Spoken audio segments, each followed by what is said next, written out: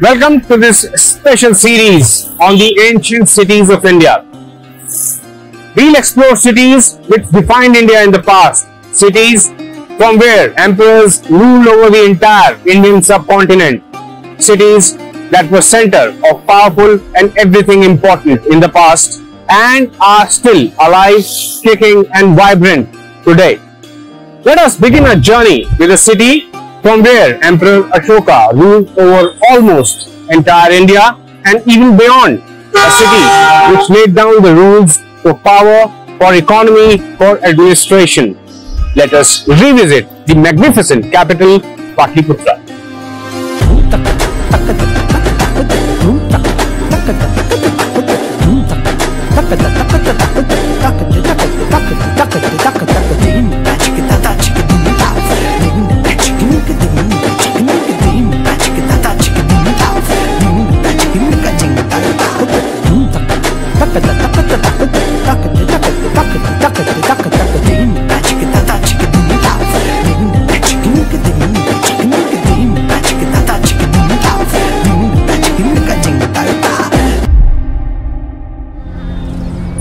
Patna, the capital city of the Indian state of Bihar, stands as a modern echo of its illustrious past. A city bustling with energy, culture and political vibrancy. Today, Patna hums with energy, blending its rich cultural heritage with the urgency of modern development. Its political vibrancy remains unmatched, producing a constant stream of leaders who have influenced the nation's destiny. In ancient times, its sway reached far beyond the borders of Bihar. In fact, much beyond the borders of our nation. A legacy that still lends Patna a sense of authority. The serene flow of Ganga carries with it the memories of a glorious past. A past far removed from the present. At the confluence of the rivers, besides the majestic Ganga, rose a city that was destined to become one of the greatest of its time. An absolute power center which commanded respect, allegiance and submission for centuries. A city whose influence extended to as far as today's Afghanistan. Its name echoed from Greece to Sri Lanka. By the Mauryan period, it reached the pinnacle of its glory. And after that, our rule extended to eastern Iran. And the whole of Afghanistan or the eastern part of Iran was received by Chandragupta. We can say as a dowry from his marriage to Helena, or when they were defeated, they gifted it. For over 8 centuries, Patliputra served as the nerve center of empires stretching from Afghanistan to Bengal.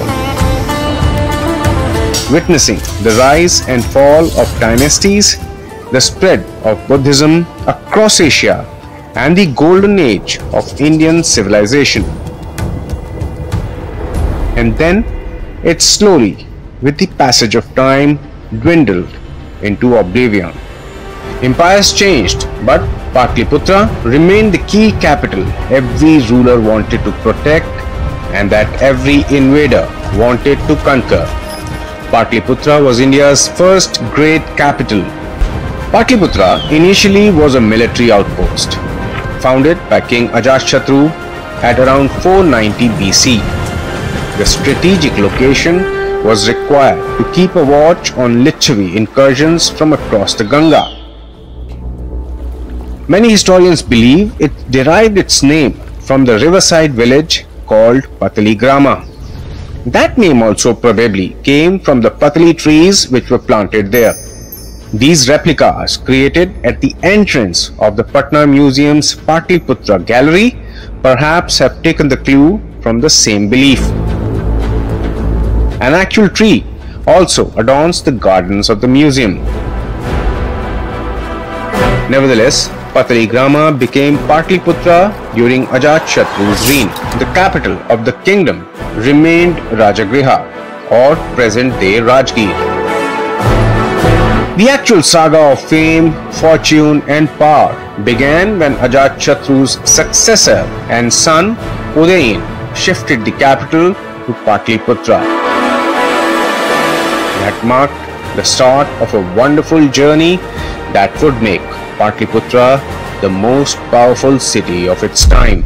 For about 1,000 years, Patliputra was the capital. It remained an important center from the Mauryan period to the Gupta period. Udayin founded the settlement, but it was under Chandragupta Maurya centuries later that Patliputra rose to unmatched glory. What began as a riverine town evolved into the very symbol of imperial authority. Guided by his mentor and strategist Kautilya, Chandragupta Maurya fortified the city with massive wooden palisades stretching 2.5 kilometers in width and 12.5 kilometers in length. The city boasted over 550 bastions, ensuring defense against sudden attack. Its urban plan featured 3 major roads running east to west and 3 roads from north to south, with distinct quarters for rulers, merchants and other people. The army used to live on top of the bastions. That part still exists today. You will see it in Rajasthan and forts in Maharashtra. So entire Patliputra was made of wooden blocks. It was strengthened by filling it with clay, brick bats in the middle. And there was so much space on it that a horse could run. A message could be sent from one bastion to another. And it had many gates through which elephants, horses and all large animals could pass at that time. Patliputra was the most elegant, opulent and prosperous city of its era. It was fortified by wooden palisades, and the confluence of 3 rivers provided it perfect security. In fact, made it a waterfront city. It had a perfect drainage system, it was well planned, and in fact, foreign travelers were awed by the beauty of its royal palaces and halls. Many even said that spirits made them, for no human could accomplish such beautiful touch. Ancient Patliputra was a city of unmatched brilliance, renowned for its grand palaces, precise urban planning, and a thriving tradition of art and culture. From here, Emperor Ashoka, the grandson of Chandragupta Maurya, ruled over a vast, unified empire that extended its influence far to the west. Chandragupta Maurya and Ashoka, these two were the most prominent personalities who contributed a lot in the administration, and you find in the socio-cultural military administration. Patliputra thrived as a hub for scholars, traders and monks.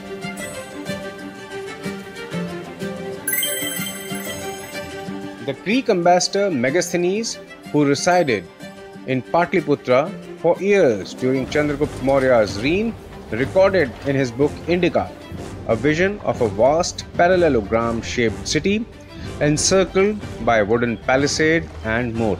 Other travelers later described its splendid halls and palaces.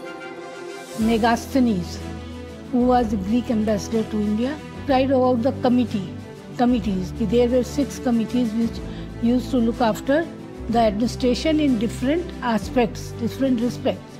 And secondly, he described the palace of which is now in ruins, and it is known as Kumrar. At Kumrar, archaeological excavations have uncovered remarkable traces of the Mauryan period. The excavations also established the fact that during the reign of Emperor Ashoka, Patliputra moved from wooden structures to stone architecture. Kumhar is the most credible example of that. Excavations at this site included finely polished stone fragments that shed light on the city's architectural sophistication and layout. The most extraordinary find came between 1912 to 1915 and 1951 to 55. It were the remains of an awe-inspiring 80-pillared hall. This monumental structure testified to the Mauryans' mastery of civil engineering, a skill set centuries ahead of its time and unrivaled globally. Scholars believe it may have been the first stone pillar building ever constructed by Indian architects. It likely served as the nerve center of the Mauryan Empire, a place where crucial decisions were made, shaping the destiny of millions, and where the authority of imperial power resonated across the subcontinent.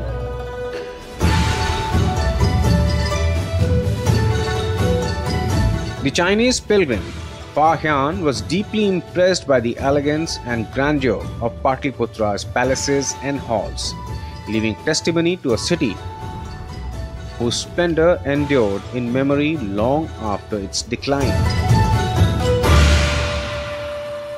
Modern-day Patna is still finding its road to development and catching up with the rest of metropolitan centers in India.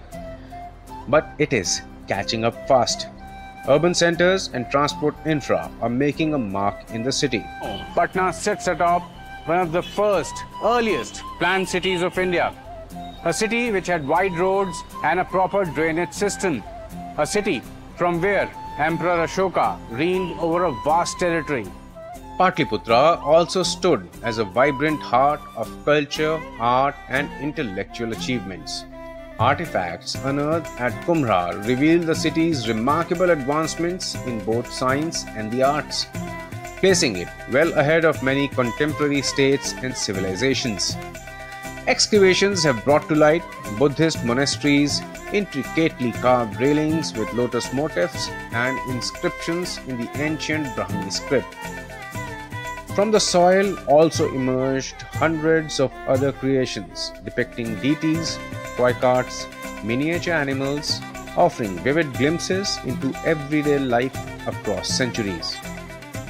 Yet, among all these treasures, one clearly stands apart: the Didarganj Yakshi.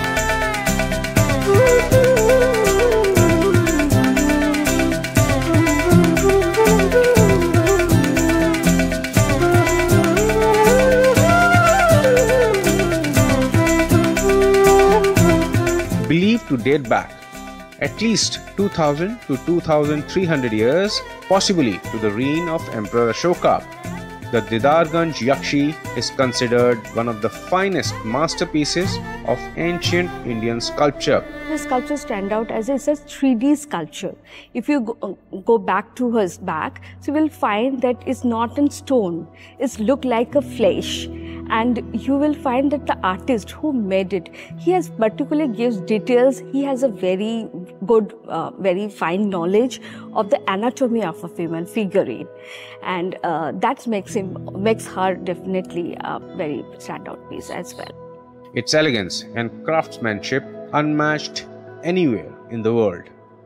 Discovered accidentally along the bank of river Ganges in Didarganj, a few kilometers from Patna, this masterpiece is not an ordinary piece of work. In fact, this exquisite sculpture tells you a lot about how advanced art was during the Mauryan period.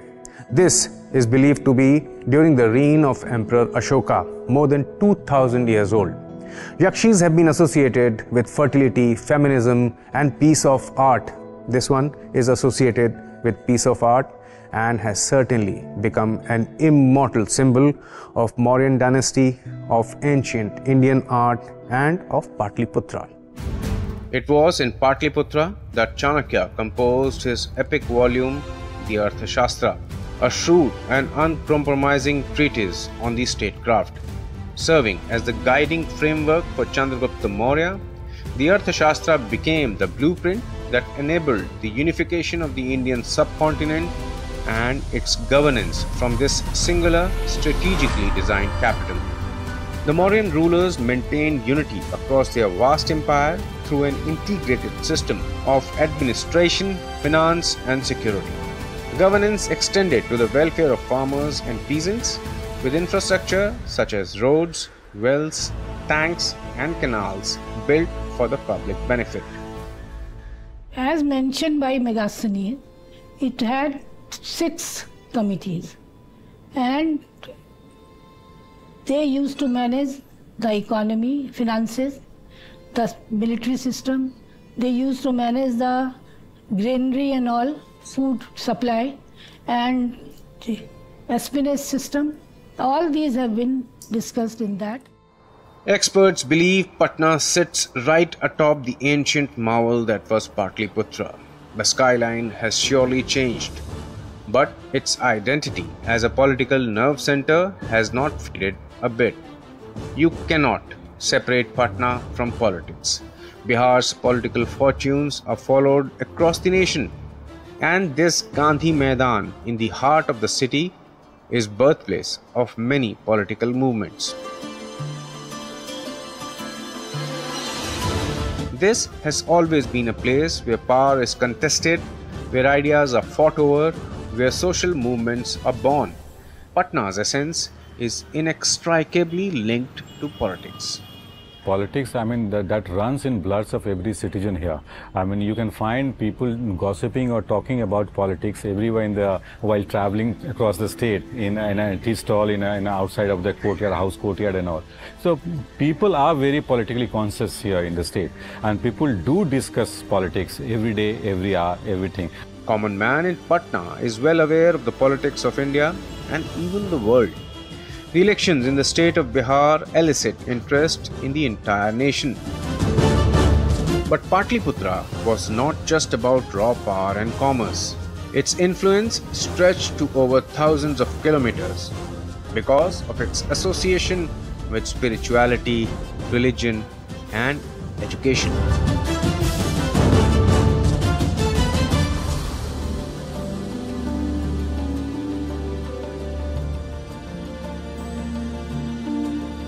These are the remains of what was once the greatest learning center on earth.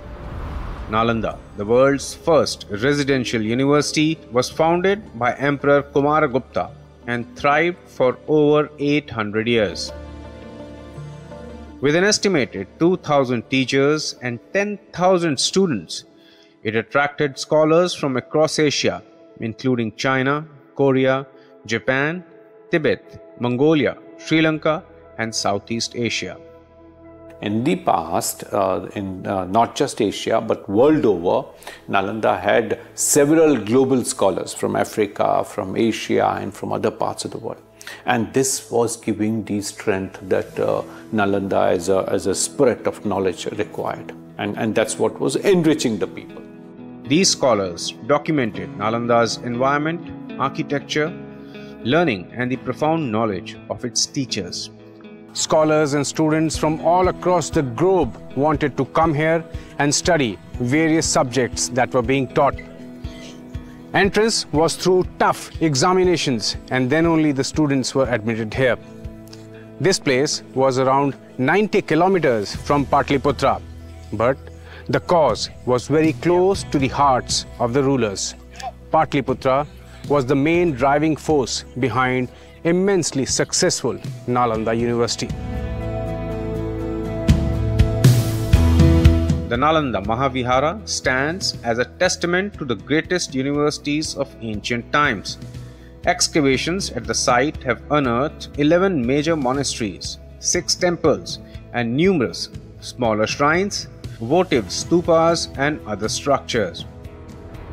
In the age of the Guptas, Patliputra was not just a seat of power, it was the mind of an empire.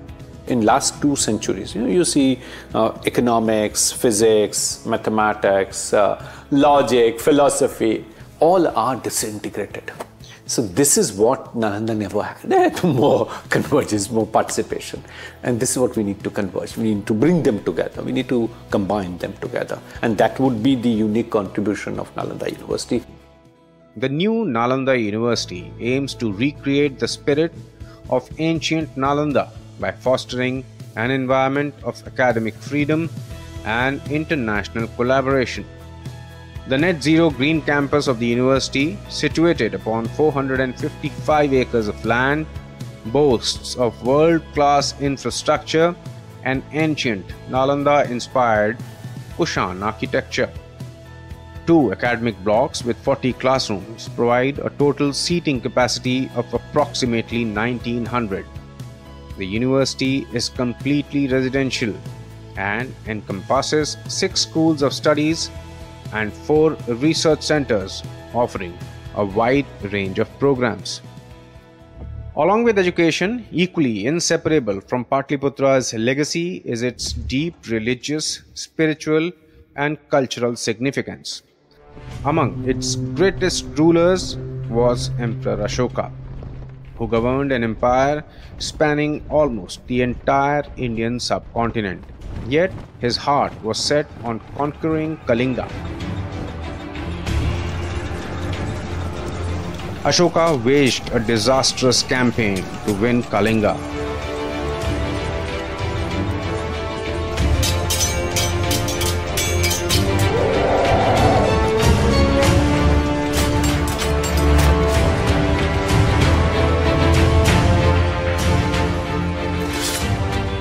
He won the war but lost the will to continue fighting. The victory proved transformative. Horrified by the immense suffering and loss of life, Ashoka renounced warfare and embraced Dhamma Vijaya, that is, victory through peace.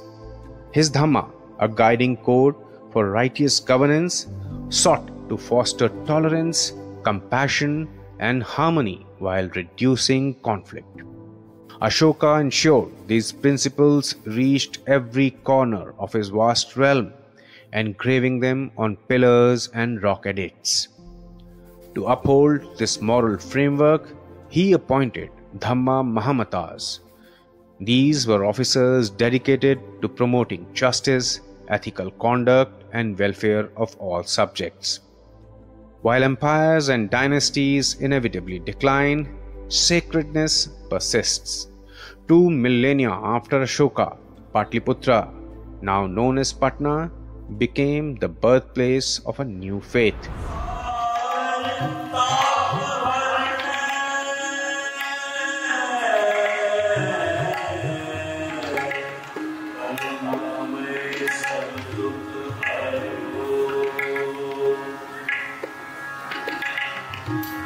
It was here that Guru Gobind Singh, the 10th Sikh Guru, or Dasmi Patshahi as he is called, was born, forging a new and vibrant community. Patna is a very sacred land. People of every community, of every religion here, whether they are Muslim, Christian or Hindu, everyone celebrates their festivals with great joy and great devotion. Guru Gobind Singh Ji Maharaj was born here. Within the courtyard of Takht Sri Hari Mandir Ji Patna Sahib, there is a temple, a Jain temple, a mosque and a Gurudwara. All 4 of these are in courtyard. And this is a message for all of creation, for all of India. It's a symbol of unity. Patna Sahib Gurdwara is a shining example that alongside the mighty Ganga, Patna continues to witness the endless flow of faith, religion and spirituality. A closer look tells us that the place reverberates with the prayers of not only the Sikhs but also of Hindus, Jains and Muslims. Patna Sahib Gurdwara, the place where 10th Guru of the Sikhs, Guru Gobind Singh Ji was born. Isn't this city really blessed in each and every way? Patliputra in many ways laid the foundation of Patna. A lot has changed since, but just like the mighty Ganges, Patnas, or should we say Patliputras, tryst with religion, with faith, with spirituality, seems to be continuously going along. Thanks for watching and staying with us. Goodbye.